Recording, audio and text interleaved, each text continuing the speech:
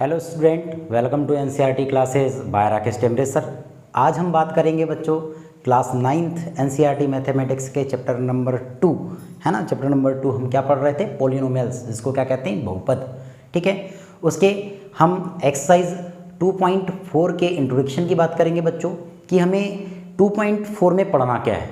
ठीक है, तो आपको दिख रहा होगा यहाँ पर कि गुणनखंड प्रमेय है ना। हमें 2.4 में गुणनखंड प्रमेय पढ़ना है, जिससे संबंधित कुछ मैथ्स रहेगी।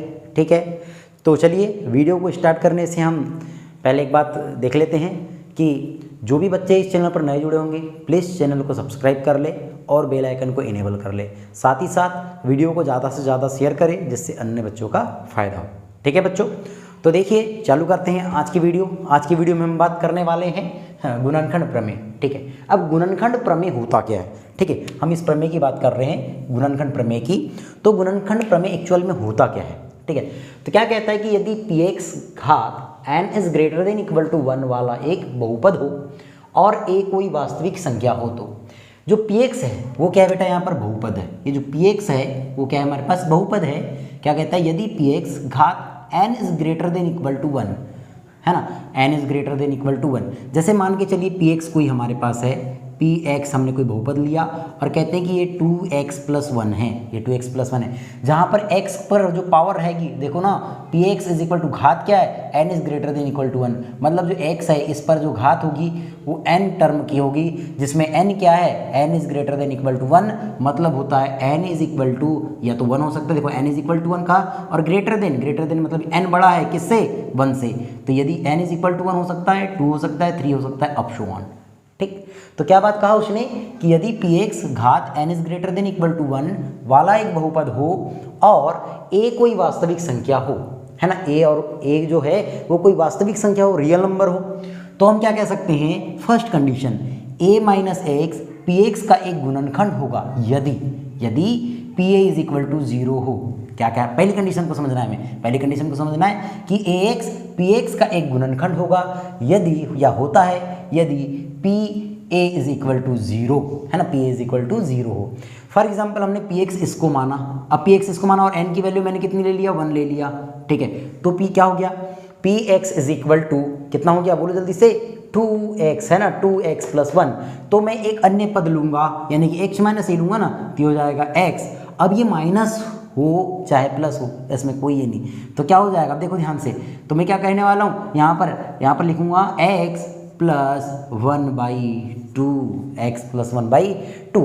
अब x प्लस 1/2 हमने कहा, x प्लस 1/2 हमने कहा, तो अब देखिए जो x प्लस 1/2 है, x माइनस a का काम करेगा, जहाँ px का एक गुणनखंड होता है यदि pa इज इक्वल टू 0, यदि pa इज इक्वल टू 0। और यहाँ a की वैल्यू क्या है? तो a की वैल्यू आप देखेंगे तो देखो ना, अगर मैं इसको 0 के इक्वल ले लूँ तो x इज इक्वल टू -1/2, तो देख लो a की वैल्यू -1/2 आ चुकी है। ठीक, अब इस वैल्यू को हम यहाँ रखेंगे, देखो x की वैल्यू रखेंगे तो कितना होगा? p x की वैल्यू -1/2 इज इक्वल टू, ये 2 हो गया, इनटू x के जगह, जब x के जगह हमने -1/2 रखा तो इस x के जगह भी -1/2 रखेंगे, तो क्या हो जाएगा? -1/2 और ये +1। देखो 2 से 2 कैंसिल, अब यहाँ बच गया -1 और ये +1, -1 से +1 कैंसिल इज इक्वल टू 0। जब कितना आ जाता है? देखो x माइनस ए px का एक गुणनखंड होता है यदि pa इज इक्वल टू 0, तो देख लो ना, pa इज इक्वल टू कितना आ गया? 0 हो गया। अब pa इज इक्वल टू 0 हुआ, मतलब जो x प्लस 1/2 है इस बहुपद का क्या होगा? एक गुणनखंड होगा। या दूसरी कंडीशन कहा उसने, pa इज इक्वल टू 0 होता है, pa इज इक्वल टू 0 होता है यदि x माइनस ए px का एक गुणनखंड हो। सीधी सी बात कह दिया उसने, pa इज इक्वल टू 0 कब होगा? जब x माइनस ए px का एक गुणनखंड होगा। क्लियर बात? यानी आपको ये जितनी घुमा फिरा के बात कहा है ना, उसको आपको एक ही बात समझना, उसकी आपको एक ही बात समझना है कि यदि कोई मेरे पास बहुपद है px है ना, px कोई बहुपद दे दिया, फॉर एग्जांपल हम कहते हैं कि ये हो जाएगा x प्लस 1, है ना। हमने कहा कि पी एक्स कोई बहुपद है हमारे पास x प्लस 1, तो यहाँ पर x प्लस 1 क्या होगा, इसका गुणनखंड होगा। क्यों होगा, क्योंकि x इज इक्वल, अगर हम 0 लेते हैं तो x इज इक्वल टू, इसका प्लस 1 का ट्रांसफर करूँगा तो क्या हो जाएगा -1, और x की वैल्यू -1 रखेंगे यहाँ पर, तो p minus 1 is equal to x की वैल्यू रख दो -1, तो ये हो जाएगा -1 प्लस 1 कैंसल आउट, तो ये हो गया 0। जब आप x की वैल्यू यहाँ पर ऐसी रखते हैं कि पोलिनोमियल का मान 0 हो जाता है, तो वह बहुपद का क्या कहलाता है, गुणनखंड कहलाता है। बात समझ में आ गई, समझ में आ गई ना, क्या कहा इसने, गुणनखंड प्रमेय की बात क्लियर है। तो चलिए इस पर कुछ एग्जाम्पल्स दिए हैं, इन एग्जाम्पल्स पर चर्चा कर लेते हैं, ठीक है। समझ में आ रहा है सभी को, जहाँ नहीं समझ में आ रहा होगा, क्लियर नहीं हो रहा होगा तो प्लीज़ कमेंट कीजिएगा। देखिए यहाँ पर एग्जाम्पल नंबर 11 दिया है आपकी बुक में, कहता है जांच कीजिए कि x प्लस 2 बहुपदों, कितना दिया है, देखो क्या कहा उसने कि x प्लस 2, ठीक है, x प्लस 2 क्या कहता है, बहुपद दिया है, बहुपद मतलब px दिया है, px is equal to x cube plus 3x square plus 5x और ये प्लस 6, ये गिवन है। वह और दिया है और एक px दे दिया है, px is equal to 2x plus 4 का एक गुणनखंड है या नहीं। हमें ये जांच करना है कि क्या है x प्लस 2, ये जो x प्लस 2 है ना, वो इस px और इस px का एक गुणनखंड है या नहीं। अब गुणनखंड है या नहीं इस पर चर्चा करते हैं, ठीक है बच्चों, समझ में आ रहा है, क्लियर है। अब देखिए कैसे ज्ञात करेंगे, तो सबसे पहले आप जो बहुपद दिया रहता है ना, उसको x plus 2 is equal to 0 ले लीजिए। अब 2 का ट्रांसफर करेंगे तो x इज इक्वल टू कितना होगा, -2, प्लस 2 था तो क्या हो गया -2। मतलब अब इस x की वैल्यू आप यहाँ पर रखेंगे, क्लियर है। तो देखिए ये क्या हो गया p, और x के जगह क्या रखेंगे, x की वैल्यू -2 रखे इज इक्वल टू, जब इस x की जगह हमने -2 रखा है तो इस x की जगह भी -2 रखेंगे, क्लियर। तो कितना होगा, -2 of whole cube plus 3 into x की जगह -2 ऑफ होल स्क्वायर प्लस 5 और x की वैल्यू -2 और ये प्लस 6, क्लियर है ना। देखो x की जगह -2 रखा, क्यूब पहले से था, क्यूब हो गया, प्लस 3 रखा, अब x की जगह -2 रखा, देखो x का स्क्वायर था, जो वैल्यू तो रख दिया मैंने x की, स्क्वायर की square, plus 5 into -2 plus 6, clear, is equal to, अब देखो -2 का क्यूब, क्लियर, -2 का क्यूब। अब एक बात आपको ये बात पता होनी चाहिए, सिंपल सी बात बता रहा हूँ मैं, ये माइनस है ना, जब भी कोई ऋणात्मक संख्या पर अगर धन, क्या होगा, यदि किसी ऋणात्मक संख्या पर सम संख्या की घात है तो उसका मान हमेशा धनात्मक होता है, लेकिन यदि ऋणात्मक संख्या पर अगर विषम संख्या की घात है तो उसका मान हमेशा ऋणात्मक होगा। देखो विषम संख्या 3 तो मैं ऋण लिखूंगा। अब देखो 2 का घन कितना होता है, तो आपने कक्षा 8 में पढ़ा था, कितना होता है, 8 होता है 8 में पढ़ा था, 8 होता है, ठीक है। 2 का घन मतलब 2 को 3 बार लिखेंगे, 2 गुना 2 गुना 2, तो 2 दूनी 4 और 4 दूनी 8, ठीक।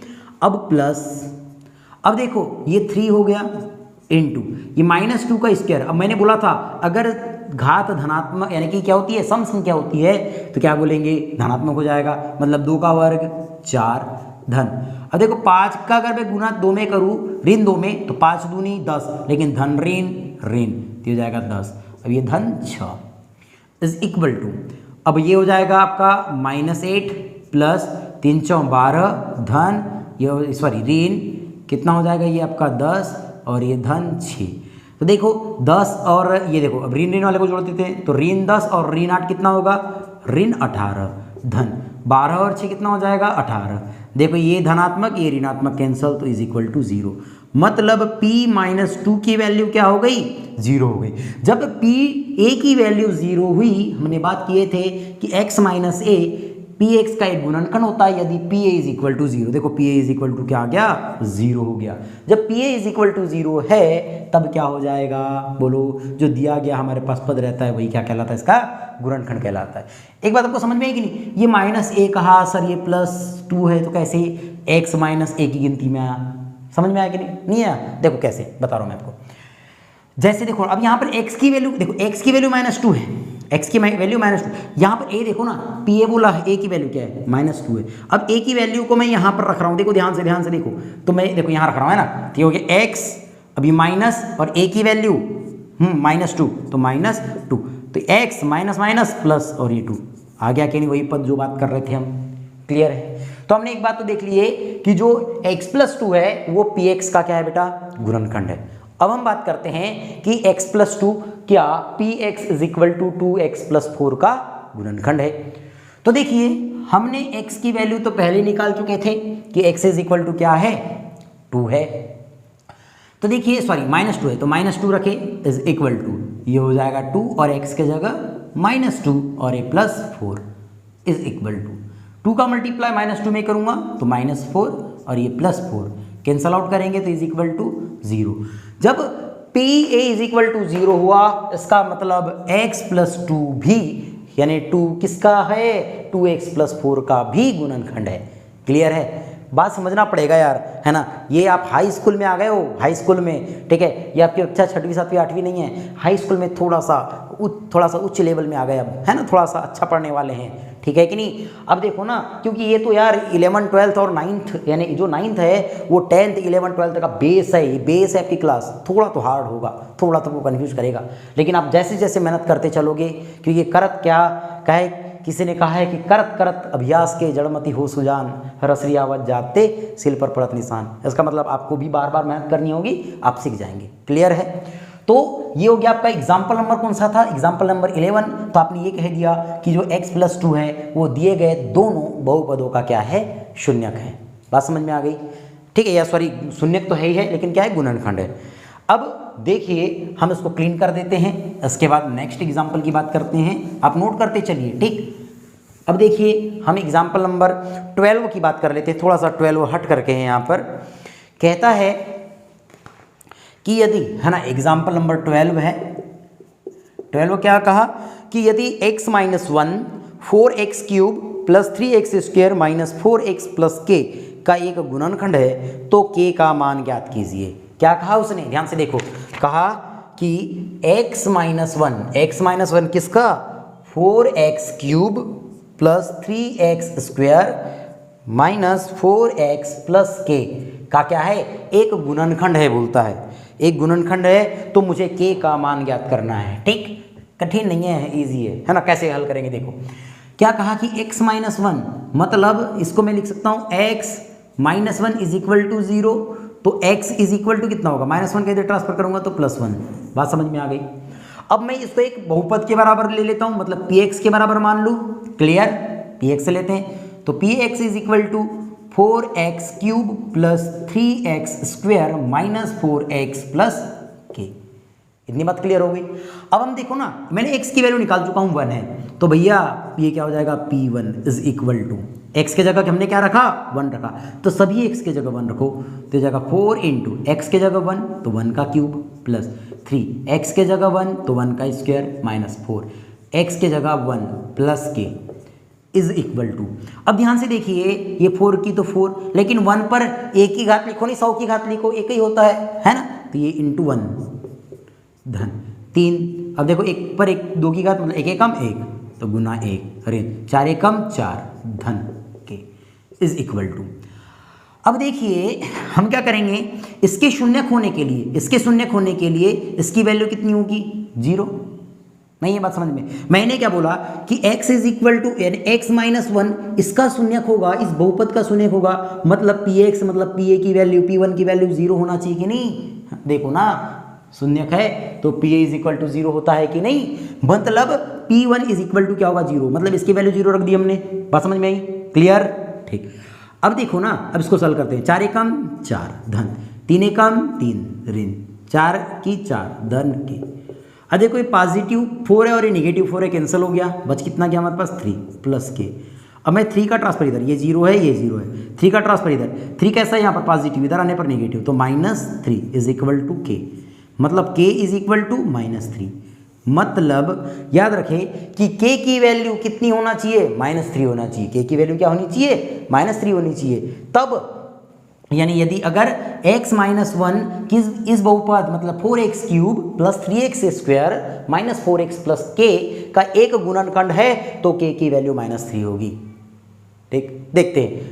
अब आपके मन में होगा सर कहीं सही है या गलत है, उत्तर की जांच कैसे कर सकते हैं। यस, कर सकते हैं। देखो मैंने कहा कि px = कितना है, 4x³ plus 3x² minus 4x plus के। क्लियर। और k की वैल्यू हमने क्या निकाल चुके हैं, -3, तो यहाँ पर -3 रख देते हैं, प्लस और -3। ठीक, अब देखते हैं यार क्या रखना है हमको, x की वैल्यू 1 रखना है। चलो रखो, तो P1 इज इक्वल टू ये हो जाएगा 4 1³ प्लस 3 1² माइनस 4 1 माइनस 3। सेम वही कर रहा हूँ जो करते चल रहा हूँ, बस k की वैल्यू रख रहा हूँ। क्लियर। अब देखो ये 4 है ना, ध्यान से देखो 4, देखो 4 इंटू 1 का क्यूब मतलब 1 है ना, 1 इंटू 4 4। अब सीधे लिख रहा हूँ बेटा, यहाँ पर देखो लिखा था मैंने। अब ये प्लस 1 का square 1 into 3 3 minus 4 into 1 4 minus 3। देखो positive 4 negative 4, positive 3 negative 3 is equal to 0। मतलब k का मान क्या था, -3 था। बात समझ में आ गई, समझ में आई? तो प्लीज़ जल्दी से नोट कर लीजिए इसको। देखते हैं इसका नेक्स्ट क्वेश्चन यानी नेक्स्ट एग्जाम्पल की बात कर लेते हैं। क्लियर है ना, समझ में आ रहा है सभी को? जब तक आप मेहनत नहीं करेंगे स्वयं से, ये नहीं कि यार टीचर पढ़ा रहा है, टीचर मेहनत कर रहा है तो हमसे होगा, ऐसा कुछ नहीं है। जब तक आप स्वयं मेहनत नहीं करेंगे ना, तब तक कुछ नहीं होने वाला, आपको स्वयं को मेहनत करनी होगी। क्लियर। देखते हैं, चलो एग्जाम्पल नंबर हम 13 14 को छोड़ देते हैं। चलो आगे चर्चा करते हैं हम। ये तो क्या कहा है इसने कि गुणनखंड प्रमेय की सहायता से y² माइनस 5y प्लस 6 का गुणनखंड हमें ज्ञात करना है। तो इसको हम बाद में देखेंगे, आप बनाते रहिएगा। मुझे यहाँ पर एक एग्जाम्पल दिख रहा है जो एग्जाम्पल नंबर 15 है, बहुत बढ़िया है। इसको हम सीख लेते हैं क्योंकि ये आपसे नहीं बन पाता अच्छे से, है ना, ये आपसे कवर नहीं हो पाएगा। तो हम इसको सीखने की कोशिश करते हैं कैसे हल करेंगे। ठीक है, तो देखते हैं एग्जाम्पल नंबर 15। एग्जाम्पल नंबर 15 क्या दिया है, एग्जाम्पल नंबर 15 क्या दिया है, देखिए कहता है x³ है ना। एग्जाम्पल नंबर 15 कहता है कि x³ माइनस 23x² माइनस कितना है 142x है ना, प्लस 142x माइनस क्या दिया गया है 120, क्या दिया है हमारे पास 120 का गुणनखंड कीजिए। मुझे क्या काम करना है, देखो यार द्विघात समीकरण आ जाए ना, तो द्विघात समीकरण का गुणनखंड आपने कक्षा 8 में सीखा है, तो द्विघात समीकरण का गुणनखंड इतना कठिन नहीं है। लेकिन अगर त्रिघात समीकरण आ जाए तो त्रिघात समीकरण का जो गुणनखंड होता है उसको आप कैसे हल करेंगे, इस पर हम चर्चा करते हैं। ठीक है, तो देखो कि ये ज़्यादा हार्ड नहीं है, बस थोड़ा समझना पड़ेगा, थोड़ा सा। हल में आप सबसे पहले क्या काम कीजिएगा, जब इसको आप बनाते हैं तो इसको सबसे पहले क्या काम कीजिएगा कि यहाँ पर तोड़िएगा, है ना। कैसे तोड़ेंगे हम, इसकी बात हम चर्चा करते हैं अभी कि आप इसको कैसे तोड़ेंगे। तो देखो मैं क्या कहता हूँ कि यदि मैं इसको मान लेता हूँ कि माना क्या हो गया, माना क्या हो गया, इसको बोलते हैं px क्योंकि बहुपद है, इज इक्वल टू, तो ये x³ minus 23x² plus 142x minus 120। इतनी बात क्लियर होगी। अब हम क्या कहते हैं कि जो अंतिम वाला पद रहेगा, है ना, जो आपके पास अंतिम वाला पद रहेगा, इस अंतिम वाले पद की बात कर रहा हूं। तो इस अंतिम वाले पद में आपको याद रखना है कि इस अंतिम वाले पद के गुणनखंड निकालना है। तो बात समझो, इसके अंतिम वाले पद के जो गुणनखंड होंगे वो क्या होंगे, प्लस r माइनस 1। नहीं चल रही क्या, कोई बात नहीं, तो क्या हो जाएगा, क्या क्या गुणनखंड है, तो हम कह सकते हैं कि ऋण 120 के गुणनखंड निकाल रहे हैं यहाँ पर, गुणनखंड। तो गुणनखंड क्या क्या हो जाएंगे बेटा, ये हो जाएंगे प्लस r माइनस 1, ठीक है, प्लस r माइनस 2। अब देखो प्लस r माइनस 3 भी होगा इसका, प्लस r माइनस 4 भी होगा, प्लस r माइनस 5 भी होगा, प्लस r माइनस 6 भी होगा, है ना। और क्या होंगे, अब 6 के बाद सीधे चले जाओगे तो 12 होगा, प्लस r माइनस 10 भी होगा, प्लस r माइनस, है ना, 8 3 24, तो नहीं होता, 8 के पहाड़े में नहीं आता, 7 के पहाड़े में नहीं आता, 8 के 9 के पहाड़े में 9 कम 9 है, 9 दहाम 90, 9 दहाम अगर क्या बात करें 9 90 करें नहीं आता इसमें भी, तो 10 में आएगा, 10 में होगा, फिर प्लस r माइनस 12 होगा, है ना, फिर कितना होगा 12 36 मतलब प्लस r माइनस 36 भी होगा। आप आगे बढ़ते चलेंगे, प्लस r माइनस, अब 36 दूनी 64, है ना, ये 40 के पहाड़े में होगा, ऐसे और होगा। ठीक है, आगे बढ़ते चलेंगे तो 100 प्लस r माइनस कहाँ तक होगा, ये प्लस r माइनस 120 तक होगा। मतलब गुणनखंड का मतलब समझता है कि नहीं, ये किस किस के पहाड़े में आ सकता है। क्लियर। तो चलिए हम सबसे पहले बात करते हैं, यहाँ से ही स्टार्ट करते हैं।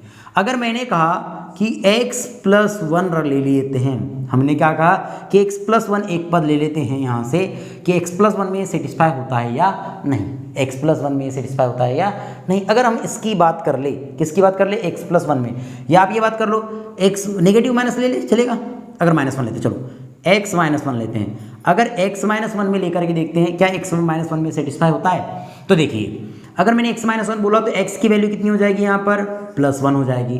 अब x की वैल्यू +1 रख करके देखो, यदि शून्य आ गया तो ये इसका एक बहुपद यानी कि गुणनखंड हो जाएगा।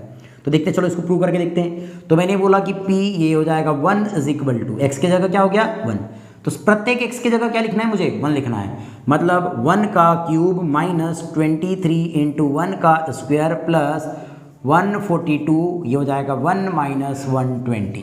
क्लियर। अब देखिए तो 1 का क्यूब कितना होगा 1 होगा, माइनस ये 23, 1 का स्क्वायर 1 ही होगा तो नहीं लिखते, चलो छोड़ो रहने दो, प्लस इसका मल्टीप्लाई में करूँगा तो 142 और -120। सॉल्व करेंगे तो कितना होगा -22 और माइनस, तो ये हो जाएगा -22 प्लस 142 -120। आप इन दोनों को ऐड करेंगे तो कितना हो जाएगा, ये हो जाएगा +42, जैसा का वैसा, इन दोनों को ऐड करूँगा तो -142, कैंसल आउट कितना हो गया 0। जब ये 0 हुआ मतलब P1 क्या हुआ हमारा 0, तो एक इसका जो गुणनखंड होगा x - 1 होगा। x - 1 तो हमने एक गुणनखंड निकाल लिए। तब हम क्या बात कहेंगे बेटा, तब ये हो जाएगा आपका कि px, तो तब क्या कह सकते हैं, जो px है उसको लिख लो। px क्या था, x³ - 23x² plus 142x - 120। Clear है इतनी बात। अब ध्यान से देखिए, तो इसको इज इक्वल टू लेते हैं। पहले पद को आप जैसा का वैसा रहने दीजिए, x³। क्लियर। अब ये माइनस, अब बात समझो, मुझे क्या निकालना है, x - 1 एक गुणनखंड यहाँ से प्राप्त करना है, यहाँ से। तो अब यहाँ सेकेंड वाला ऐसा पद लिखिए जिसमें से अगर मैं x³ है ना, यहाँ पर ऐसा पद लिखूंगा कि जिसमें से कुछ कॉमन करने पर मुझे x - 1 प्राप्त होना चाहिए। तो मैं यहाँ पर -x² लिख सकता हूँ, उससे कम घात वाला लिखते चलना, इनको बनाते चलूंगा मैं। देखो क्या लिखा मैंने, x³ लिखा -x², तो दोनों में से x कॉमन करूंगा तो x - 1 बच जाएगा। क्लियर। अब देखो अपने x³ लिख चुका है, -x² हुआ। अब यहाँ देखो, यहाँ पर ऐसी संख्या लिखना है कि अगर उसमें x² जोड़ूंगा तो -23x² होना चाहिए, मतलब -22x² लिख सकता हूँ। दोनों को अगर ऐड करूंगा मैं तो कितना हो जाएगा, -x² - 22x² is equal to -23x²। Clear. चलो x² वाला पद भी हो चुका है, अब इसी की बात करते हैं। तो देखो मैंने क्या लिखा 22x²। अगर मैं यहाँ से, अब ध्यान से देखो, अब मैं यहाँ से ऋण चिन्ह कॉमन करूँगा साथ में, तो ये भी ऋणात्मक हो जाएगा, मतलब इसको धन लेना पड़ेगा। ठीक है। और मैं यहाँ पर लेता हूँ, अब देखो मैंने अगर यहाँ से क्या कॉमन किया, 22x कॉमन किया तो x बचा, तो यहाँ पर भी 22x लिखना पड़ेगा क्योंकि 1 बचाना है मुझे। तो देखो अब x वाला टर्म इधर 22x हो गया, 142x हो गया। अब यहाँ पर ऐसा पद लिखूंगा, कि क्या हो जाएगा 142 होना चाहिए, मतलब अब मैं प्लस ऐड कर सकता हूँ, कितना ऐड कर सकता हूँ 140 यानी 120। ठीक है। और ये x, अगर दोनों को ऐड करूंगा तो 142x हो जाएगा। अब ये -120। क्लियर है। अब देखो अगर सभी को जोड़ते हैं, इन दोनों को जोड़ा, देखो इसको, ये तो जैसा का वैसा आ गया, इन दोनों को जोड़ूंगा तो ये आएगा, इन दोनों को जोड़ूंगा तो ये आएगा, और इसको लिखूंगा तो ये आएगा। अब देखिए सभी में से कॉमन करते हैं, तो यहाँ से x कॉमन हो जाएगा, बचा कितना, x² कॉमन हुआ, बचा कितना x - 1। यहाँ से माइनस, अगर मैं 22x कॉमन करूँ तो x - 1 हो जाएगा। इन दोनों में से अगर मैं प्लस 120 कॉमन करूँ तो यहाँ पर x - 1 बच जाएगा। क्लियर है। अब सभी में x - 1 दिख रहे हैं, कॉमन कर दे इसको, कितना हो जाएगा x - 1।